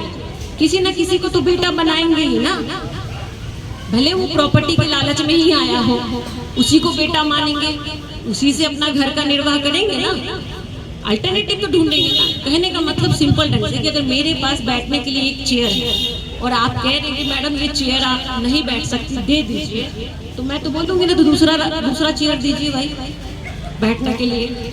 तो अगर आप दूसरा चेयर नहीं दे रहे और एक चेयर छीन रहे तो दे देंगे क्या? अभी थोड़ी देर के लिए यहाँ जैसे बैठे हुए हैं, वो अपना जगह बना के बैठे हुए हैं, वो थोड़ा सा भी नहीं हिलेंगे, जैसे ही हिलेंगे दूसरा बैठ जाएगा, सही है ना। तो कोई भी अपनी जगह नहीं छोड़ा, तो अल्टरनेटिव नहीं है। तो जब तक हम जो आ चुकी महिलाओं के बारे में पैरवी नहीं करेंगे, तब तक ये रूट को जड़ से खत्म नहीं होगा, तब तक आने वाली पीढ़ी नहीं रुकेगी, कोई ना कोई आता ही रहेगा, क्योंकि उनकी आवश्यकता है, उनको करना ही पड़ेगा। अब इतनी महिलाओं को उठा के वृद्धाश्रम में तो नहीं रख सकते ना, नहीं रख सकते ना, तो वो एक बहुत बड़ा चैलेंज है। क्योंकि जैसे बोल दिया, आप उत्साह में बोले खत्म कर दीजिए, क्योंकि परेशानी हो रही है अंदर, अब तूफान मचा है, कैसे खत्म होगा ये खत्म इतना आसानी से नहीं होगा, इसके लिए आवाज बनाना पड़ेगा। प्रबल, ये लास्ट क्वेश्चन आंसर सेशन का, उसके बाद हम प्रस्तुतियों का। अब देखिए मैम इस चीज से जुड़ी हुई है, जुगनू नाम की, वो परचम नाम की संस्था चलाती हैं। कुछ भी आपका प्रश्न होगा, ऐसा नहीं है कि आप मैम से बाद में पूछेंगे, आप इनका ऑर्गेनाइजेशन के माध्यम से, तो प्लीज आप पूछिए। समय की थोड़ी देखिए 7:30 बज चुके हैं, इनसे वृक्षारोपण कार्यक्रम भी कराना है, तो लास्ट क्वेश्चन होगा प्रबल का, उसके बाद हम question answer session wrap up करके एक वृक्षारोपण कार्यक्रम आपके हाथों करवा करके प्रस्तुतियों का दौर शुरू करेंगे। प्रबल। नमस्ते मैम, मेरा नाम प्रबल है। मैम मेरा सवाल है कि देश में एक बहस चलती रहती है कि जो सेक्स वर्कर है उनका जो प्रोफेशन है उसको लीगलाइज किया जाए या बैन किया जाए। मतलब इस पे आज़ादी के बाद ही मतलब बहुत फेमस मामला आया था सुप्रीम कोर्ट के सामने, हुस्नाबाई वर्सेज यूनियन ऑफ इंडिया। तो यही मामला था कि उसको जो मतलब उस समय सरकार कानून लाई थी और ये जो प्रोफेशन है उसको बैन कर दिया था सरकार ने एक तरीके से। तो आपकी इस पर क्या राय है कि लीगलाइज करने से जो पुलिस की जो रेड वगैरह होती है वो थोड़ा कम हो जाएगी और जो बाकी के कार्यक्रम है रिहेबिलिटेट करने के लिए वो भी साथ चलते रहे और इसको लीगलाइज किया जाना चाहिए या नहीं किया जाना चाहिए? देखिए, ये जो आप बोल रहे हैं ना, ये एक अलग लोगों का मुद्दा है कि जब भी सेक्स वर्क का बात आता है ना तो दो बातें आती हैं कि इसको प्रोस्टिट्यूशन कहें या सेक्स वर्क करें। सेक्स वर्क करने में चैलेंज ये है कि वो कह रहे हैं कि सेक्स वर्क मतलब ये काम है और प्रोस्टिट्यूशन का मतलब है कि पीड़ित महिला है। तो मेरा एक ही फीडबैक होता है जब भी ये कोई दो सवाल पूछते हैं कि देखिए ऐसा आप है कौन ये तय करने वाले कि वो महिला पीड़ित है या महिला काम कर रही है, उस महिला को तय करने दीजिए। दूसरी बात कि भारत में इसको लीगलाइज नहीं किया गया, लेकिन 2023 में एक आदेश सुप्रीम कोर्ट ने पारित किया है जो 10 पॉइंट में है और वो धारा नंबर अनुच्छेद 21 के तहत उसमें कुछ पॉइंट जोड़े गए जो आपको गूगल पे मिल जाएगा। और उसमें फर्स्ट टाइम उन्होंने सेक्स वर्क शब्द संबोधित कर दिया है। तो जब भी कहीं ऐसे बड़े आदेश में ये वर्ड लिखा जाता है तो समझिए कि वो वर्ड रिकॉग्नाइज हो गया है ना। तो अब यौन कर्मी शब्द हिंदी में हो गया, अब वेश्या शब्द यूज नहीं कर सकते हैं क्योंकि ये गाली है। और उस 10 पॉइंट में उनके बच्चों के बारे में, उस महिला के बारे में पुलिस उनको रेड करके ये नहीं कह सकती कि आप ये सेक्स वर्क कर रहे थे। जैसे पहले वो किसी भी महिला को उठा लेती थी, कहीं से भी किसी भी लड़की को उठा लिया और कहा कि ये तो धंधा कर रही थी इसीलिए इसको अरेस्ट कर लिया, ऐसा नहीं कर सकती है। और उनको मीडिया उनको जाहिर नहीं कर सकती। मतलब आप गए कैमरा उठा के किसी भी महिला का शूट कर लिए और उसको डिस्प्ले कर दिए तो आप पे केस हो सकता है। आप बिना उसके परमिशन के, बिना उसकी सहमति के आप कोई भी वीडियो अपलोड नहीं कर सकते हैं। कि पहले क्या होता था कि महिलाओं को धमकाने के लिए, डराने के लिए उसका वीडियो शूट कर लेते थे और कहते थे ये लड़की धंधा कर रही है और इसको ब्लैकमेल करो। तो वो नहीं कर सकते आप, वो करेंगे तो आप पे चार्ज लागू होगा। जो और सरकार के लिए स्पेशल कहा गया कि इस इलाके के लिए सेक्स वर्करों के लिए कोई भी पॉलिसी बनाइए तो उस महिलाओं की भागीदारी होना अनिवार्य है। मतलब कि अगर सरकार कोई भी पॉलिसी सेक्स वर्कर के लिए बनाएगी तो वहाँ की 5 महिलाएं जरूर बैठेंगी कि हाँ सर ये हमारे लिए सही होगा। अभी तक क्या होता है कि जितने भी पॉलिसीज बने हैं वो कौन बनाते हैं? जो कभी गांव में नहीं रहते, वो एसी में बैठ के पॉलिसी बना देते हैं, गांव वाले को कोई पता नहीं। तो ये सेक्स वर्कर के साथ भी है। लेकिन अभी जब संविधान में उनको 10 पॉइंट का एक जगह मिला है तो उम्मीद है कि चीजें बदलेगी। और बदलेगी कैसे? अब तो पता है कि भारत में बहुत सारा कानून लागू है, लेकिन कितने लोग जानते हैं? पढ़ाई के सवाल के सिवा आप लोग इसके अलावा जानते हैं कि आपके पंचायत का बजट क्या है, साल में कितना आता है, किसके रास्ते से किसका रास्ता बना वो क्या है? नहीं जानते, क्योंकि हमें उस पर टाइम नहीं है। तो ये जो जागरूकता है ना वो इतना ही तक है कि बस हम पढ़ लें और ये हासिल कर लें, उसके बाद तो सब हो जाएगा, बाद में फिर कुछ नहीं होता। Thank you so much Nasima ji, thank you so much. और कल ही मैं पढ़ रहा था कुछ लाइनें, जैसे नसीमा जी ने कहा कि मुझे फर्क नहीं पड़ता कोई मेरे बारे में क्या सोचता है क्या कहता है। कल ही कुछ लाइनें थी कि ऐप भी मुझ में बहुत हैं और खूबियां भी, तुझे मुझ में जो देखना है वो देख। तो ऐप भी बहुत है और खूबियां भी, तुझे मुझ में जो देखना है वो देख। अब आप फैसला नहीं कर सकते हो कि कौन कैसा है।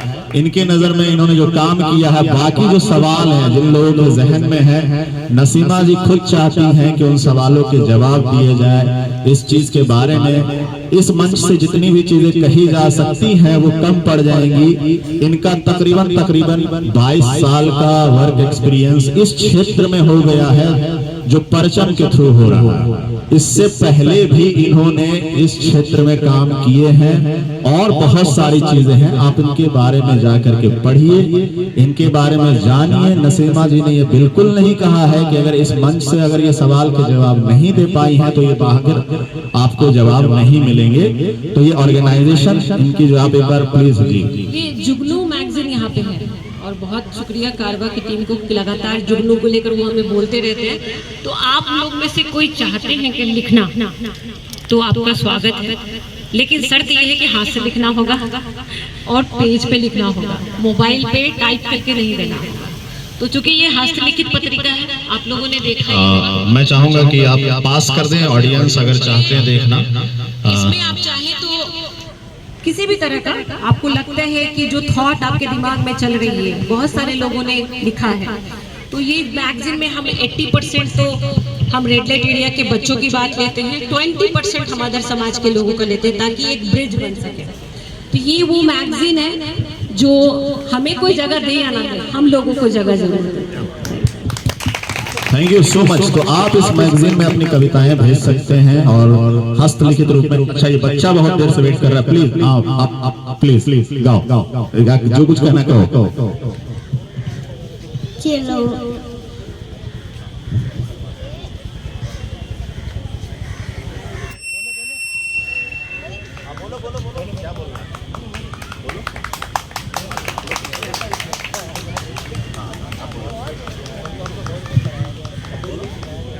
ठीक है।